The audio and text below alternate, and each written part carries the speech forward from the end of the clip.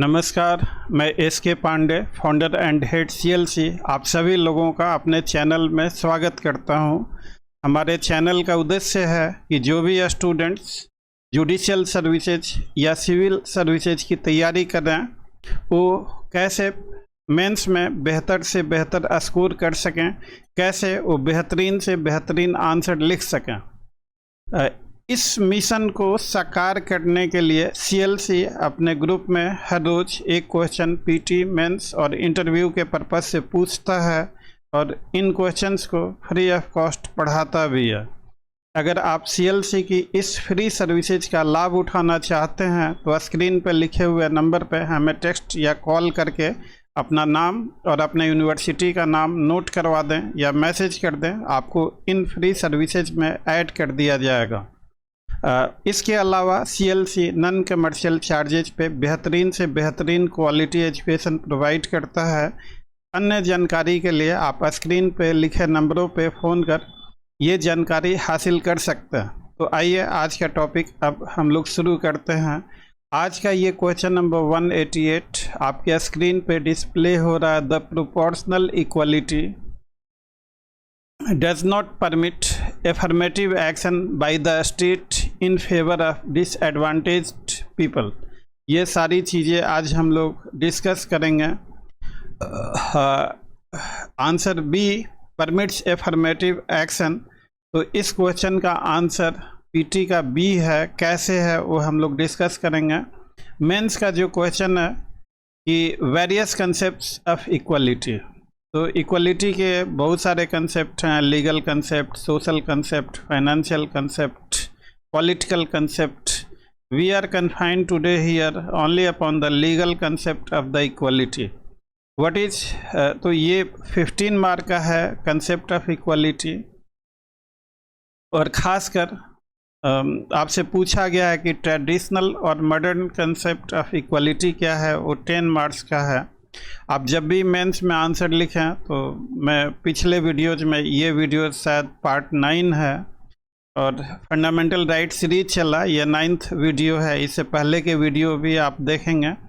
हमारा एक 1 point programme है कि सिर्फ एक ही लक्ष्य है कि हमारे व्यूअर्स, हमारे सब्सक्राइबर्स मेंस में कैसे बेहतरीन से बेहतरीन स्कोर हासिल कर सकें, और कोई दूसरा लक्ष्य नहीं है। और इसके लिए मैं हर वीडियो में कुछ न कुछ टिप्स, कुछ न कुछ इन्फॉर्मेशंस आप लोगों के साथ शेयर करता हूं। तो इसलिए आप उस सारे तमाम वीडियोज को देखिएगा प्लेलिस्ट में जाकर, डिस्क्रिप्शंस में जाकर। वो टिप्स वेरी करते रहते हैं क्वेश्चंस के साथ।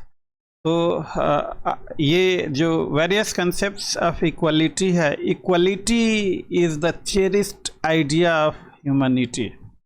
Equality is the goal of civil society, a civilised society, a civilised nation, जहाँ पे कोई भेदभाव नहीं होता, जहाँ पे हर कोई बराबर है, जहाँ पे कोई फेवरेटिज्म नहीं है। तो इक्वलिटी के बारे में आप जितना भी डायलॉग बोलें वो कम ही होगा। इक्वलिटी वो एक विशाल महासागर है। इक्वलिटी के बारे में, इक्वलिटी शब्द को हम we can't confine the theme and philosophy of equality. We can't restrict it and confine it into words and sentences. Equality is a very very big concept. आप देखिए, previously there was no equality। जब monarchy और kingdom हुआ करते थे, राजा was supreme, the king was supreme, king was even considered as the god। धीरे धीरे with transition in time the equality was recognized, and every constitution has this clause into different parts of world, equality clause। तो आपका, जैसे कि मैं हमेशा आप लोगों से अपील करता हूं कि अपने इंट्रोज को, क्वेश्चन का जो थीम है उसकी ट्यूनिंग में आपको लिखना है। देखिए, कोई भी लाइन अगर करेक्टली लिखी हुई है तो लाइन गलत नहीं है, वो भी ठीक है, लेकिन वो लाइन कितनी ट्यूनिंग में है, कितनी रेलिवेंट है जो क्वेश्चन से पूछा गया है। तो आपको वेरियस कंसेप्ट ऑफ इक्वलिटी के बारे में पूछा गया है, तो आप सबसे पहले इक्वलिटी का एक इंट्रो लिखेंगे कि इक्वलिटी क्या होता है।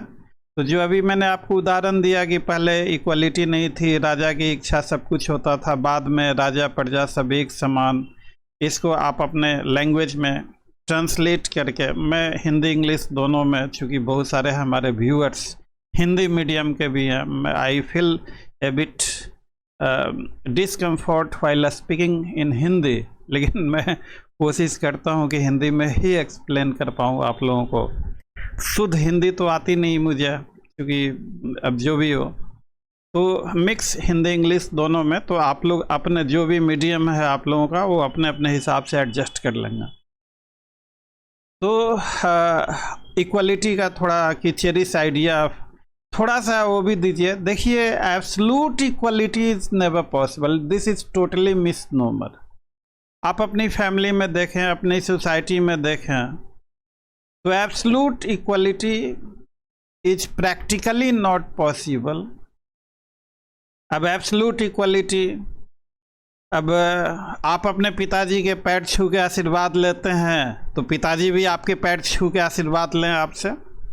तो एब्सोल्यूट इक्वलिटी एक समथिंग समवॉट एब्जर्ड, उससे and therefore this is called, this is a total misnomer, it is never possible. अब देखिए, इक्वलिटी का जो कंसेप्ट है हमारे सोसाइटी में, there is a huge gap between advantaged and disadvantaged. तो ये जो गैप है, ये गैप को ख़त्म कर हमें इक्वलिटी को लाना है। दिस इज द गोल,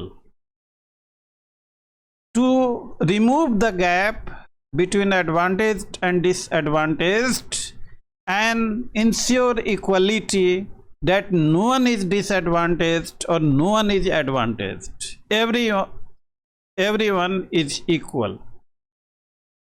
तो मैं थोड़ा इस तरह से इंट्रो में आपको ज़्यादा नहीं, इंट्रो का काम आज मैं थोड़ा मजाकिया मोड में हूँ।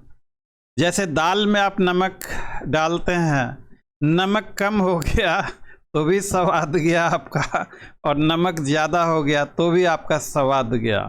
तो इंट्रो का भी वही है, जैसे दाल में जो नमक की क्वांटिटी होती है, एक रेशियो प्रोपोर्शन में क्वेश्चन के साथ ही इंट्रो जरूरी है, लेकिन anything more than what is required, तो दैट इज नॉट विजडम।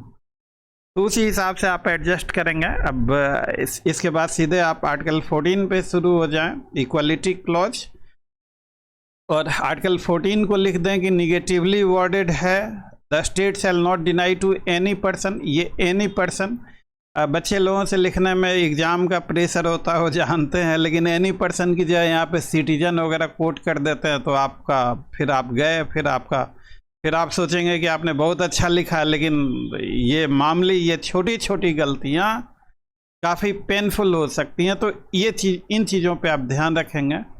तो equality before law, the equal protection of laws, तो आप हमेशा याद रखेंगे ये इक्वल प्रोटेक्शन ऑफ लॉज है। तो इक्वलिटी बिफोर लॉज, इसमें एस नहीं है, और इक्वल प्रोटेक्शन ऑफ लॉज, तो ये गलती ना हो आपसे कभी, इस बात का, ये छोटी छोटी गलतियां, आप जज बनने जा रहे हैं, आप जजमेंट लिखेंगे, जज का एक एक शब्द वो बोलता है अपने आप में। तो आपकी लैंग्वेज, आपकी प्रेजेंटेशन मेंस में जितनी अच्छी होगी, उतना ही अच्छा आपको मार्क्स मिलेगा। और ये बहुत ही आसान चीज़ है, आप अगर एक सीक्वेंस में इनको पेन डाउन कर लें, अगर इनके कंसेप्ट को आप समझ लें, तो this is the most easiest job. तो कंसेप्ट ऑफ इक्वलिटी में एक इक्वलिटी बिफोर लॉ हो गया, एक इक्वल प्रोटेक्शन ऑफ लॉज हो गया। तो ये देखिए, वैसे मैंने आपके ये जो रेडीमेड मटेरियल रेफरेंसर मैं आप लोगों को प्रोवाइड करता हूँ। मेरा एक इरादा है, वीडियो आपने सुना, चीज़ें यहाँ पे टाइप करके लिखी हुई हैं, तो इनमें से आप अपने काम की चीज़ें नोट कर सकते हैं। सीएलसी का इरादा है कि आपको मोर देन सफिशिएंट मटेरियल दिया जाए ताकि आप रिलायबल, ऑथेंटिक और बहुत अच्छे सोर्स आपको मिलता रहे, जिससे आप अपना वर्क स्टेशन आप कर सकें अच्छे तरीके से। तो सभी बच्चे जानते हैं कि article 14, 15, 16, 17, 18 these all are to be read together. Article 40 general idea बताता है और article 15, 16, 17, 18 these articles explains application of different streams of equality। तो therefore आप इक्वालिटी क्लॉज देखेंगे तो डॉक्ट्रिन ऑफ इक्वालिटी 14 से लेके 18 कलेक्टिवली मिलता है। ये केस याद रखेंगे, इंदिरा साहनी रिजर्वेशन वाला केस। आर्टिकल 14 को basic feature of the constitution माना गया है और equality before law, English concept equal protection of laws. देखिए यहाँ टाइपिस्ट ने गलत कर दिया, ये अमेरिकन कंसेप्ट यूएस। ये सारा इनपुट मटेरियल आपके लिए लिख दिया गया। Article 7 universal declaration of human rights UN charter के प्रीएम्बल में है। अब आपको एक लाइन में समझना इन चीज़ों को कि equality before law is somewhat negative concept. ये इंटरव्यू में भी शायद आज हमने पूछा है, देख लें। How equality before law is consider to be a negative concept. तो इंटरव्यू के लिए आप जितना कम बोलेंगे, एक्यूरेट, नपातुला, जितनी ज़रूरत है बस उतनी। इंटरव्यू बोर्ड आपका लेक्चर सुनने के लिए नहीं है। वहाँ पे इंटरव्यू बोर्ड के साथ आपको आर्गू नहीं करना है और डिस्कस नहीं करना है। जो लोग आपके इंटरव्यू लेंगे आप जानते ही हैं कौन लोग होते हैं। तो you are not there to teach them और you are not there to discuss with them. आपको जितना शॉर्टेस्ट पॉसिबल सेंटेंस हो सके उतने में अपने आंसर को देना है। तो how equality before law is a negative concept. तो निगेटिव इसलिए कि there is no special privilege in favour of anyone. किसी को भी कोई प्रिविलेज नहीं दिया गया है and therefore all are equal. तो negation of a special privilege in favor of anyone because it negates a special privilege. Therefore, it is a negative concept and it symbolizes what? No man is above the law and that every person high or low is subject to ordinary law of land and amenable to the jurisdiction of ordinary courts. तो ये 2-4 लाइनें इसके बारे में आपको लिखना है। और इक्वल प्रोटेक्शन ऑफ लॉ की मोर पॉजिटिव कंसेप्ट है और implying equality of treatment in equal circumstances, equality amongst equal, law should treat equals alike. तो उन्हीं चीज़ों को यहाँ पे लिखा है। implying equality of treatment in equal circumstances, all persons who are in the same circumstances will be governed by the same set of rules. It is a guarantee of equal treatment. Equal law should be applied with an equal hand to all persons who are equal. The rule is that like should be treated alike and not unlike should be treated alike. Case Anwar Ali सरकार का यहाँ पे refer करेंगे, बहुत famous case है कि second expression मतलब equality before law is corollary of the first.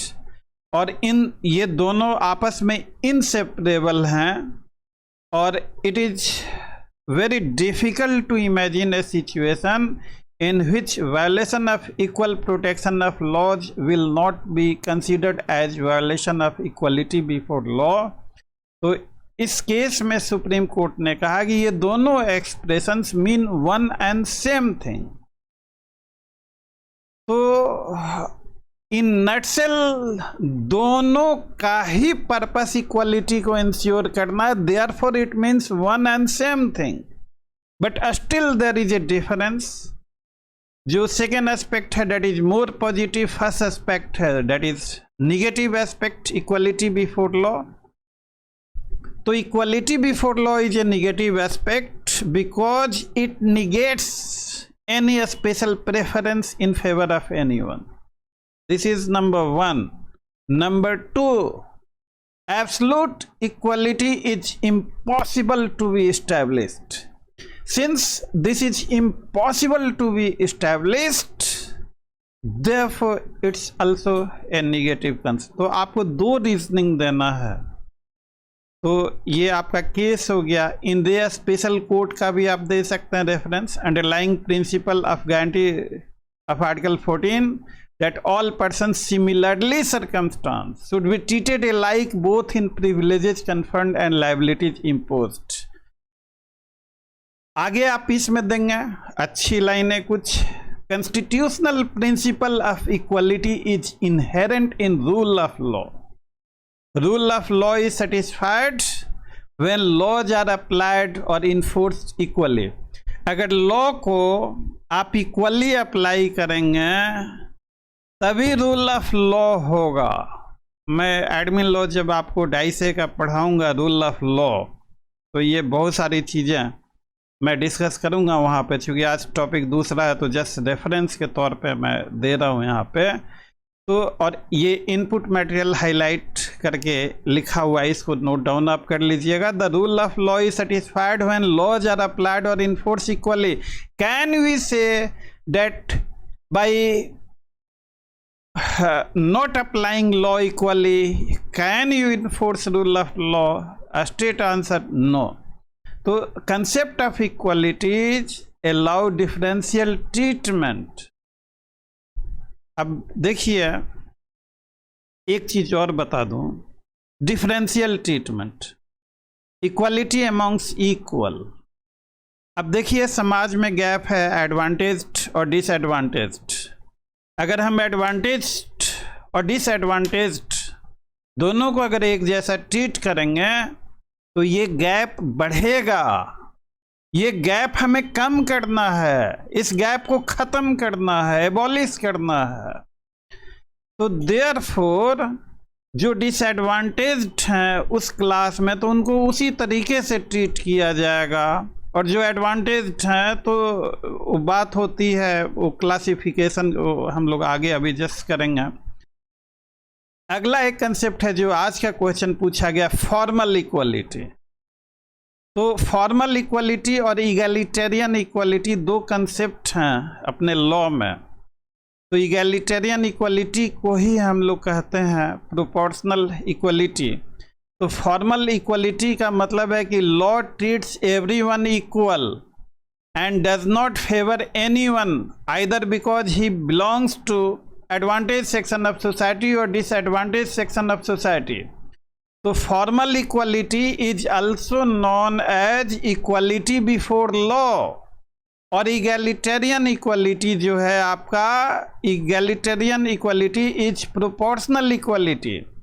और इसका जो कंसेप्ट है, it expect state to take affirmative action in favour of disadvantage section of the society within the framework of liberal democracy. और proportional equality is equality real sense में।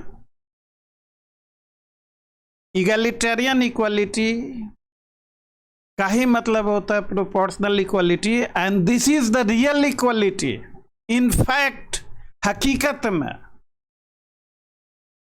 और जो formal equality है, equality before law, that is equality in law. और ये बात explain की supreme court ने M Nagraj versus union of India के केस में। केस का साइटेशन लिखा हुआ, आप साइटेशन अब देखिए, अब हम लोग एक इंस्टीट्यूशन है तो हम लोग तो साइटेशंस देंगे ही देंगे। आपको साइटेशंस नहीं याद करना है, केस का नाम याद करना है, केस में क्या कहा गया, उन चीज़ों को, उन बारीकियों को याद करना है। तो ये हो गया आपका आर्टिकल 14 जो है रीजनेबल क्लासिफिकेशन को परमिट करता है। ये सारा मटेरियल आपके लिए दिया है। क्लास लेजिस्लेशन को नहीं परमिट करता। क्लास लेजिस्लेशन मतलब आप जैसे मान लीजिए कि आप डॉक्टर्स हैं तो डॉक्टर्स को फेवर करेंगे, आप किसी एबीसी कास्ट के हैं तो एबीसी कास्ट वाले लोगों को फेवर करेंगे, तो डैट बिकम्स क्लास लेजिस्लेशन। तो class legislation is not allowed. What is allowed? Reasonable classification, और ये रीजनेबल क्लासिफिकेशन है must be founded on an intelligible differentia which distinguishes persons or things that are grouped together from others left out of the groups, and differentia must have a rational relation to the object sought to be achieved by the act। तो ये Anwar Ali case में explain किया गया, और ये इस concept को कि जो classification has to be reasonable, this is known as what traditional concept of equality. जो आपसे पूछा गया है कि मेंस के क्वेश्चन में कि वेरियस कंसेप्ट ऑफ इक्वलिटी, तो आप equality before law, equal protection of law और इन सारे चीज़ों को बताइए। और ट्रेडिशनल और मॉडर्न पूछा गया है, तो ये ट्रेडिशनल, इसमें केस लॉ बहुत सारे आपको आगे हमने कुछ 4-5 केस लॉ, ज़्यादा तो नहीं दे रखे हैं साइड करके, और ये आपका ट्रेडिशनल कंसेप्ट ऑफ इक्वलिटी का हो गया। और न्यू कंसेप्ट ऑफ इक्वलिटी का देखिए आर्बिट्ररीनेस। अगर आप अपनी मनमर्जी से जो फैसला जो पसंद आए उसके फेवर में आप फैसला करेंगे, तो arbitrariness violates equality. This is changing trend, this is new trend, this is the new definition of equality, and this definition is known as modern concept of equality. तो अगर नन आर्बिट्ररीनेस है तभी हम इक्वलिटी को स्थापित कर सकते, अदरवाइज हम इक्वलिटी को स्थापित नहीं कर सकते। If any action which is arbitrary, it can be questioned on the ground of equality clause provided under article 14। तो ट्रेडिशनल कंसेप्ट ऑफ इक्वलिटी है that is based upon doctrine of classification, लेकिन जो new concept है that is based upon doctrine of arbitrariness. तो यहाँ पे doctrine of आर्बिट्ररीनेस की जगह डॉक्ट्रिन ऑफ नन आर्बिट्ररीनेस ज़्यादा सूट करेगा। तो और ये कुछ केसेज रेफर ये कहा गया है, non arbitrariness is an essential facet of article 14। और ऑडी अल्ट्रम पार्टम में हम दोनों को सुन रहे हैं, फेयर हियरिंग दे रहे हैं, दोनों पार्टी को अपॉर्चुनिटी दे रहे हैं, तो that is also an example of equality clause. ये सारे केस लॉ साइट किए हुए हैं, कुछ इसके एग्जांपल दिए हुए हैं। सुनील जेटली स्टेट ऑफ हरियाणा, इसमें रिजर्वेशन किया गया है MBBS कोर्स में। स्टूडेंट जिनका पहली से लेकर 8वीं तक गांव के स्कूल में पढ़े थे, तो गांव के स्कूल में पढ़ना और अर्बन एजुकेटेड स्टूडेंट, कोई लॉजिक नहीं, कोई क्लासिफिकेशन नहीं, तो इसको कोर्ट ने होली आर्बिट्ररी कहा था। अजय हासिया का केस हम लोग काफ़ी पढ़ते हैं। अजय हासिया केस में रीजनल इंजीनियरिंग कॉलेज, उसने एडमिशन लिया ओरल इंटरव्यू के बेसिस पे, तो इंटरव्यू में जो है कभी सेटिस्फैक्ट्री नहीं हो सकता, अब्यूज ऑफ पावर हो सकता, और इंटरव्यू एक्सक्लूसिव टेस्ट हो तो डेट वायोलेट्स इक्वलिटी क्लॉज। अगला राधे श्याम सिंह का कुछ केस है, वो zone wise separate merit list. अब आप जोन वाइज बनाएंगे या पूरे जोग्राफिकल एरिया को, तो उसको इक्वलिटी का वायोलेशन माना गया। ये air India versus Nergesh Meerza का केस लिखा हुआ, this is known as also air hostess case. इसमें कुछ रेगुलेशंस ऐसे आए कि 35 ईयर पे रिटायर होना पड़ेगा, 4 साल के अंतर्गत शादी कर ली, फर्स्ट प्रेगनेंसी हो गई तो भाई सर्विसेज वो टर्मिनेट वगैरह, मतलब ख़त्म किया जा सकता, उनको वायलेटिव ऑफ इक्वलिटी क्लॉज माना गया। फिर श्रीनिवास राव का वो वर्सेस जे वीरैया का केस, गवर्नमेंट पॉलिसी था कि लेस एजुकेटेड को प्रेफरेंस देना ओवर मोर एजुकेटेड, तो इस तरह की पॉलिसी लेस एजुकेटेड को प्रेफर करना ओवर मोर एजुकेटेड, तो कोर्ट ने इसको जो है और इनएफिशिएंसी और इसको अनकॉन्स्टिट्यूशनल इक्वलिटी का ये दिया। कुछ डायलॉग्स आपको याद रखना है। डाइसे ने कहा था कि every official from prime minister down to a constable or collector of taxes under same responsibility for every act done without any legal justification as any other citizen। तो डाइसे ने यहाँ आपको इक्वलिटी बिफोर लॉ को define explain किया। इसको आप लोग उसमें आप डाइसे को अपने इंट्रो में कोट कर सकते हैं। और जेनिंग्स ने इक्वलिटी बिफोर लॉ को भी means that amongst equal the law should be equally administered and like should be treated alike. तो जेनिंग्स और डाइसे को कोट कर सकते हैं इंट्रो में, और ये सारा इस तरीके से। तो अब फाइनली बात करते हैं, इंट्रो दीजिए, कंसेप्ट ऑफ इक्वलिटी बताइए, इक्वलिटी बिफोर लॉ और इक्वल प्रोटेक्शन ऑफ लॉज को एक्सप्लेन कीजिए। ट्रेडिशनल और मॉडर्न कंसेप्ट पूछा गया है, तो रीजनेबल डॉक्ट्रिन ऑफ क्लासिफिकेशन जो है ट्रेडिशनल हो गया, वो क्लासिफिकेशन सारे स्टूडेंट जानते हैं, रीजनेबल क्लासिफिकेशन, इंटेलिजिबल डिफरेंशिया और nexus between classification and objectives to be achieved. तो मैं इसमें ज़्यादा टाइम नहीं लगा रहा। इनपुट मटेरियल दिया हुआ है, ये जो फॉर्मल इक्वलिटी और इगैलिटेरियन इक्वलिटी है इसको आप नोट डाउन कर लीजिएगा। कल हम लोग फिर किसी दूसरे टॉपिक पे, अगर आपको आज के टॉपिक में कोई डाउट या कोई क्वेश्चंस हो तो कमेंट करके ज़रूर पूछिएगा। स्क्रीन पे दिए हुए नंबर पे आप टेक्स्ट या कॉल भी कर सकते हैं। If you require such assistance and need, we are always happy to help and assist you. हम लोगों के लिए वो काफ़ी, अगर हमारे हेल्प एंड सपोर्ट से अगर आपका फ़ायदा होता है तो ये हमारे लिए खुशी की बात है। We are always committed for it. तो आप हेजिटेट नहीं करेंगे, अगर कोई इशू है तो ज़रूर डू कॉल अस। कल हम लोग किसी दूसरे टॉपिक पे शुरू देखते हैं क्या टॉपिक डिसाइड होता है कल के लिए। तो आज का टॉपिक यहीं ख़त्म होता है। अंत में अगर वीडियो और इसके कंटेंट अच्छे लगें तो वीडियो को लाइक कर दीजिएगा, चैनल को भी सब्सक्राइब कर दीजिएगा, ताकि हर आने वाली वीडियो आपको लगातार मिलती रहे। सीरीज चल रहा, अगर कोई एक दो सीरीज मिस हो गया तो फिर आगे के टॉपिक समझने में थोड़ी बहुत परेशानियां हो सकती हैं। तो see you guys tomorrow, thank you, good night.